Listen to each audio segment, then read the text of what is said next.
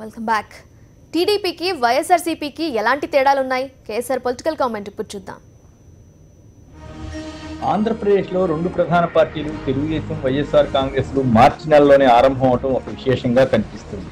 Telugu Desam party 1982 మార్చి 29న ఆనాటి ప్రఖ్యాత సినీ నటుడు నందమూరి తారక రామారావు ఆరంభిస్తే, వైఎస్ఆర్ కాంగ్రెస్ పార్టీని 2011 మార్చి 12న యువ సంచలనం దివంగత నేత వైఎస్ రాజశేఖర రెడ్డి తనయుడు జగన్మోహన్ రెడ్డి స్థాపించారు.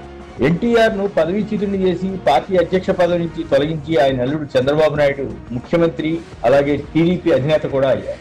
ఇక జగన్ కాంగ్రెస్ పై తిరుగుబాటు చేసి తన తండ్రి ఆశయాల కోసం పార్టీని స్థాపించారు. చంద్రబాబు తన మామ పట్ల ఏమాత్రం కనికరం చూపని వ్యక్తిగా భావన ఉన్న ఎన్టీఆర్ స్వయంగా అల్లుడు చంద్రబాబును తీవ్ర పదజాలంతో విమర్శించినా ఆయనకు తానే వారసుడని చంద్రబాబు చెప్పుకోగలిగారు. పార్టీని నడపడం ఎన్టీఆర్ తర్వాత ఆయన కొడుకుల వల్ల కాదని తేల్చి వారిని డమ్మీలుగా చేయడంలోనూ తాను ఇంతకాలం పార్టీని నిలబెట్టడంలోనూ చంద్రబాబు సఫలమయ్యారని ఒప్పుకోవాలి. ఎన్టీఆర్ మరణంతో టీడీపీ రాజకీయం అంతా చంద్రబాబు వశం అయిపోయింది. వాజ్పేయి నేతృత్వంలోని బీజేపీ సహకారంతో ఒకసారి, మోడీ నేతృత్వంలోని బీజేపీ మద్దతుతో మరోసారి అధికారంలోకి రాగలడంలో వ్యూహాత్మకంగా వ్యవహరించగలిగారు. వరుసగా 10 ఏళ్ల పాటు అధికారం లేకపోయినా 2014లో ఆంధ్రప్రదేశ్లో పవర్ చేపట్టగలగడం చంద్రబాబు విశిష్టతే.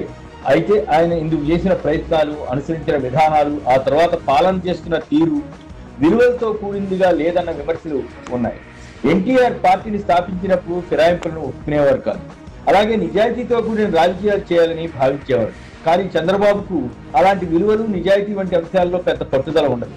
కాకపోతే నీతులు, శుద్ధులు చెప్పగలరు.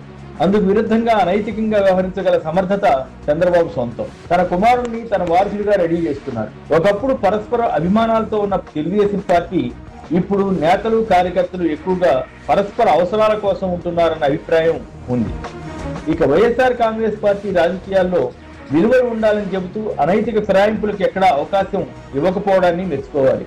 చంద్రబాబు కన్నా చిన్నవాడైనా ఈ విషయంలో విలువలు పాటించినందుకు జగన్ను అభినందించాలి. అలాగే రుణమాఫీ వంటి అంశాల్లో ప్రజలను మోసం చేయడానికి చంద్రబాబు వెనకాడకుండా రాజకీయ లబ్ధి పొందితే, జగన్ ప్రజలను మోసం చేయడానికి ఇష్టపడక నష్టపోయారు. తన పార్టీ నుంచి 21 మంది ఎమ్మెల్యేలను చంద్రబాబు కొనుగోలు చేసిన పట్టుసడల్ని ధీమాతో ప్రజల మధ్య తిరుగుతూ జగన్ పోరాటం చేస్తున్నారు. అయితే కాంగ్రెస్ పార్టీ నుంచి బయటకు రావడం వల్ల వచ్చిన జగన్ పై ఉన్న కేసులు తేలే వరకు ఆయనకు కొంత చికాకే. ఆయన సంస్థల్లో పెట్టుబడులు పెట్టడం నేరంగా చూపించడానికి సిబిఐ ప్రయత్నిస్తోంది. అదే సమయంలో చంద్రబాబు ఓటుకు నోటు కేసు ఆయనకు పెద్ద మైనస్ గా ఉంటుంది. దాన్ని కింద మీద పడి మేనేజ్ చేసుకోవడానికి చంద్రబాబు ప్రయత్నిస్తున్నారు. ఈ విషయంలో ఆయన నైపుణ్యతను అందరూ ప్రస్తావిస్తుంటారు. స్థూలంగా చూస్తే తెలుగుదేశం పార్టీ ప్రస్తుతం అబద్ధాలపై నిలబడాలని విశ్వయత్నం చేస్తుంటే, వైఎస్ఆర్ కాంగ్రెస్ పార్టీ పోరాటాల ద్వారా ముందుకు వెళ్లాలని కృషి చేస్తోంది. ఈ రెండు పార్టీలకు 2019 ఎన్నికలే అసలైన పరీక్ష అవుతుంది.